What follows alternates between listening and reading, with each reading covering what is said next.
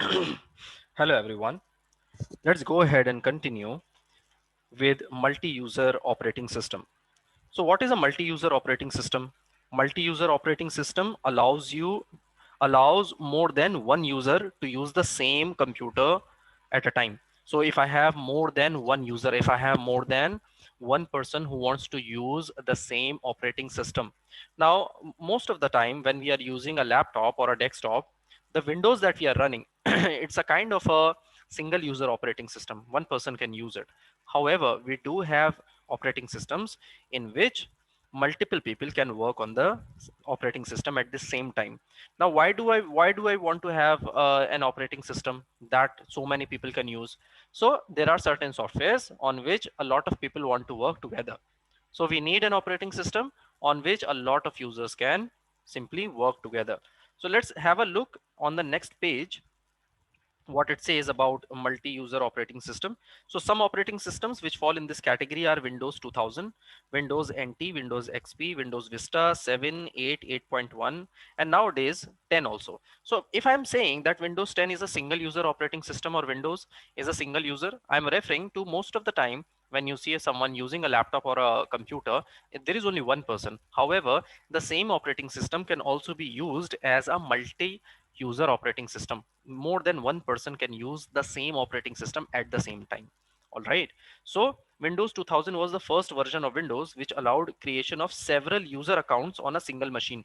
So if you as we all know, inside a computer I can have different user login, I can have different accounts. I can have a guest account, I can have my personal account also. So depending on what kind of access I want to give to my users, I can have different accounts in my same operating system. So that's a multi-user operating system. Now let's come to multi-processor operating system. What does that mean? A multi-processor system consists of several processors that share a common physical memory. So I can have different CPUs. All right, let's assume we have four different CPUs, and they are all sharing a common physical memory. In this system, all processors operate under a single operating system. So I will have four CPUs, but I will have one operating system and one RAM. It provides higher computing power and speed that allows users to run and work in multiple applications at the same time. So what is the benefit? It provides higher computing power. How come I have high computing power? Because I have got four CPUs. And speed also will be more. That allows users to run and work in multiple application at the same time. So I can run multiple application. I can also work on multiple application at the same time. All right, because I've got four CPUs. Execution of several tasks by different processors at the same time increases the system performance. So obviously, if I have got four CPUs, I've got four brains of the computer. They all are running. I can run several processes on the computer, and this will increase the system performance. Multitasking operating system. The ability to perform more than one task together at one time is called multitasking. Okay, that is the meaning of the word multitasking. So if I want to perform one work, I want to perform something that can perform more than one task at a time, it is called multitasking. An operating system which is capable of doing multiple tasks or processes while using common processing resource. That is, only one CPU is there, but still I'm able to run a lot of application. How? For example, on my Windows, I can run my Notepad, I can run my MS Word, I can run my game at the same time. I can have all the three things open. On my phone also, on my smartphone, I can have my Google Chrome open, I can have my calculator open, I can have my YouTube open, but still the CPU is one, the RAM is one. So that operating system, let it be Android or the Windows, it allows us to run multiple processes at the same time using one CPU only. So these type of operating system are called multitasking operating system. It switches from one program to another so quickly that it gives the appearance of executing all programs at the same time. So there is one secret behind multitasking operating system. They are usually switching from one process to another. What does that mean? So CPU is one. At one time, CPU can work on only one process. But however, the speed of moving from one process to another is so fast, it appears that it is executing a lot of things. Today, most operating systems fall under this category. Example, Unix, Linux, Windows XP, Windows 7, 8, 8.1, 10, etc. All right, perfect. Multi-threading operating system. So these operating systems allows different parts of a software program to run simultaneously. So what is multi-threading, or what is a thread? So if I'm running a software, my software has a lot of internal uh, calculations going on. So one software can have multiple type of calculations going inside. So if I'm running a software that has more than one type of calculation going at the same time, I can have an operating system that allows more than one thread or more than one calculation to be executed by the CPU. Let's see. So these operating system allows different part of the software program. So that is a thread. What is a different part of a software of the same software? That is a thread to run simultaneously. So different parts of the same software inside the software. Let's say if I talk about MS Word, I can have so many parts of the software running inside that you don't know. All right. So I can run, and the operating system allows more than one part of the one same software to run at the same time. The feature of the multi-threading can delay the execution response of certain processes. But there is a problem that because of multi-threading, because of running a lot of parts of the same program, there can be a delay in execution or response time. For example, if you host a game server or on LAN, your friends will utilize different parts of the same game by connecting to your machine at the same time. All resources will be utilized from your machine, which can be performance degrading factor. So if you host a game server, now how do you host a game server? If you turn on a game on your computer and you ask all other four friends to connect to your computer and play as a group. Okay, when we play PUBG, what we do? We are connecting to one single source server, which is the PUBG server itself. Now, the game server is really big. If there are thousands of users using that computer, server is a very big computer that is being used by so many users at the same time. It's a multi-user, multi-processor operating system that is being used on those kind of servers. However, if you try to do that same thing on your laptop, what will happen is once all the gamers are connected to your laptop, the speed of your laptop will slow down. Okay, so as it is saying, the features of multi-threading can delay the execution response of certain process. For example, if you host a game server on LAN, your friends will utilize different parts of the same game by connecting to your machine at the same time. All resources will be utilized from your machine, which can be a performance degrading factor. As I said, the performance of your computer will slow down. As we all know, sometimes if we run a lot of applications on the phone starts slowing down. In the same way, the laptop also slows down. The common examples of such operating systems are Windows NT or 2000, XP, 7, 8, 8.1, Unix, Linux, etc., etc. So most of the time, all the softwares that we have, they are nothing but multi-threading operating system. Okay, real-time operating system. What is RTOS? RTOS is designed to handle real-life scenarios and problems. Such operating systems have the capability to prioritize the process, minimize execution time, and work independently with no interdependence. So let's see an example first of all of what kind of real-time operating systems are, or what is a real-time system. So there are examples given here. If you notice in the book, let me scroll here and let us read from here. Let's have a look here. Examples are air traffic control, robotics, weapon system, and industrial control system. So let's talk about air traffic control. Now in air traffic control, a lot of things are happening at the same time. What is air traffic control? What is ATC? So when we have different aeroplanes flying in an area, we have to control a lot of factors. It's a very tough job. So we need to have an operating system that gives me real-time data.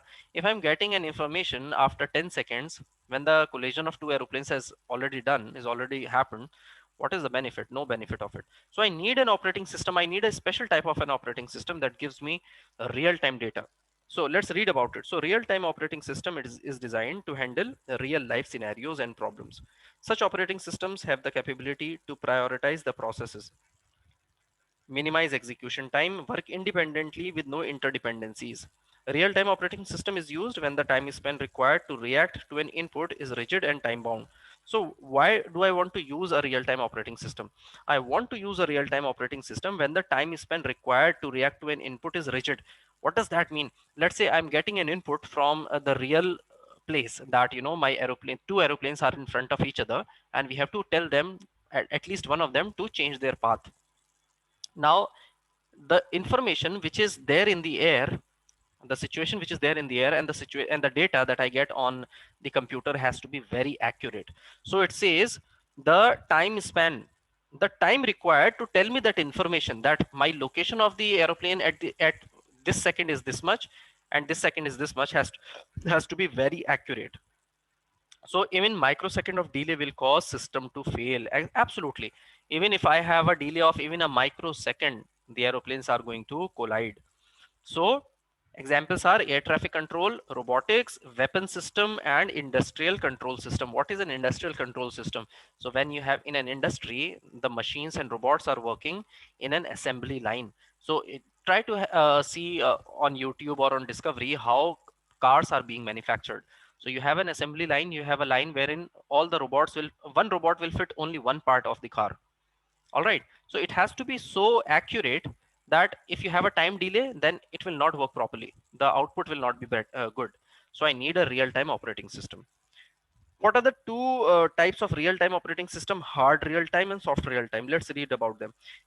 Hard real-time, these systems guarantee that critical tasks are completed in time. So there is a guarantee that the most important task will be completed in time. Soft real-time, these have less restrictions. So even if the task is not completed, absolutely fine. But even though the information of the data or the information from the scenario, from the surrounding, will be a real-time scenario information. The examples of soft real-time are undersea exploration, planetary rovers, and virtual reality. All right. So these are the examples of soft real-time. Okay. Coming to the next one. Let's go ahead and read the last type of an operating system which exists, which is our distributed operating system. Let's see. So distributed operating system runs on a set of computers. Now on my Windows, when on my laptop or desktop, when I run my Windows, it is only one operating system running on my computer at one machine, right?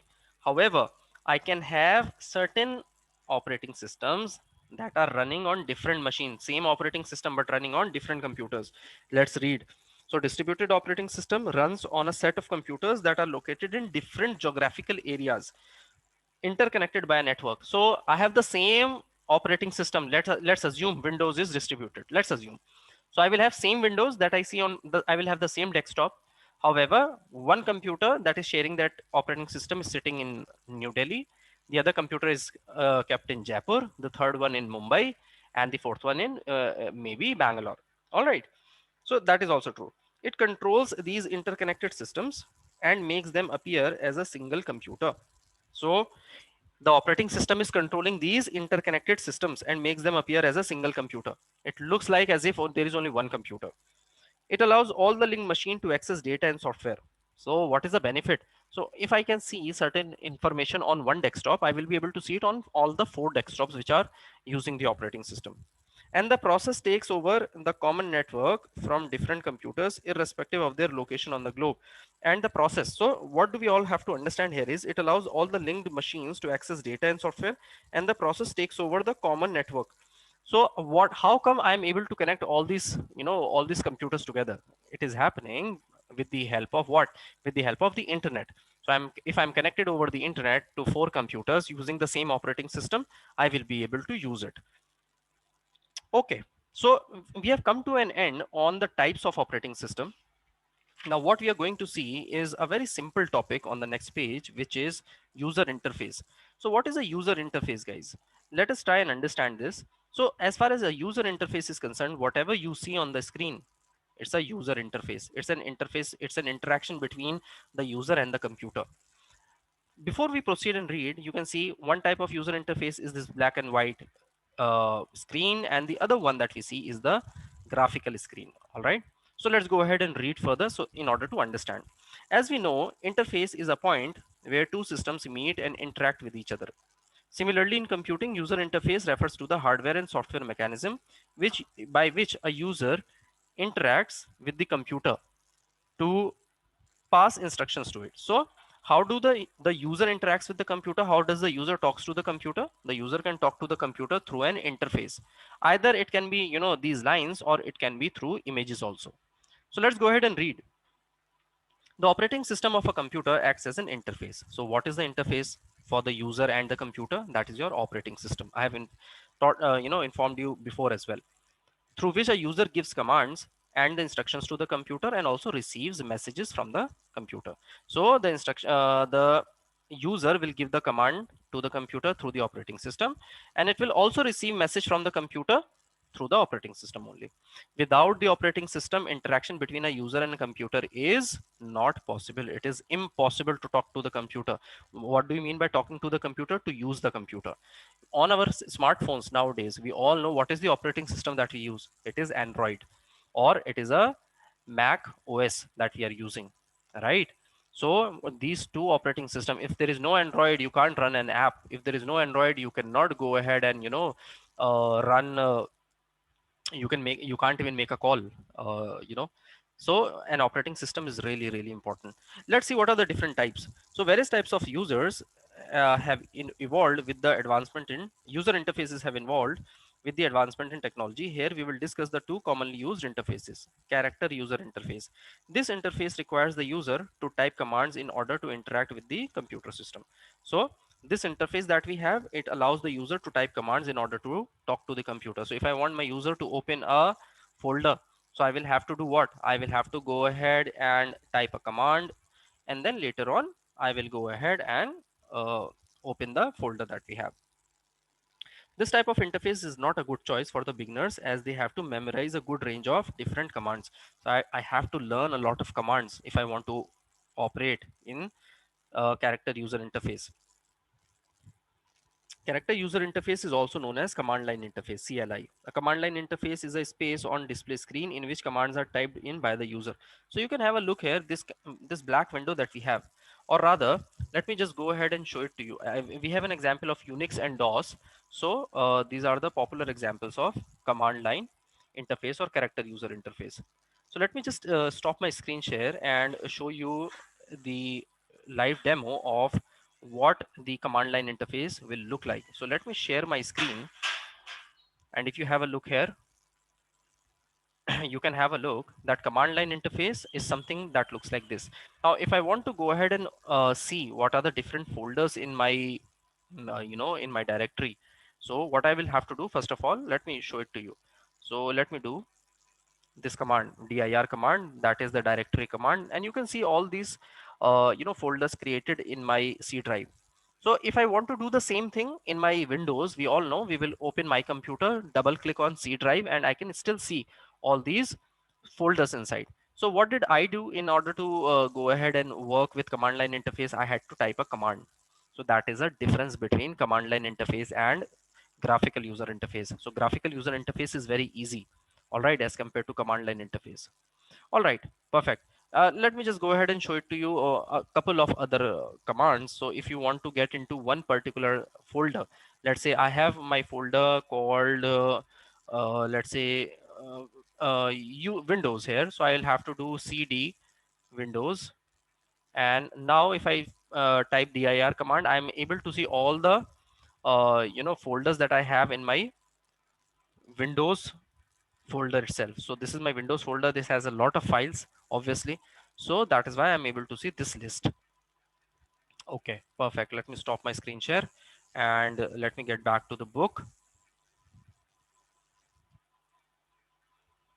All right, let's read about graphical user interface quickly. In this interface, we all know what a graphical user interface looks like. It can be an Android graphical user interface. It can be a Windows. So this interface is graphics. This interface is graphics based and interactive in nature. Different devices such as mouse, keyboard, etc. are used to interact with the system. GUI is more user friendly, as unlike CUI, it does not require the user to memorize the commands. Instead, the user uses different menus and options to communicate with the system. Windows is obviously the most popular. So, so we all know how to use a graphical user interface. We have different icons, we have different buttons on the screen, just like we have, our touch screen phone, wherein Android is also a graphical user interface operating system, as just like Windows. All right, guys. So we have come to an end of the chapter. We have some certain advantages of graphical user interface over command line interface, which I want you people to go ahead and read. And at the same time, we also have disadvantages of graphical user interface over command line interface. So this is a part of this is a short or a small homework that I want to give to all my students. If you have any doubt in the differences, I mean in the advantages and disadvantages, please do let me know. We will begin with the exercises in the next video. So till then, see you very soon for the exercises, and then we'll begin the next chapter. Thank you.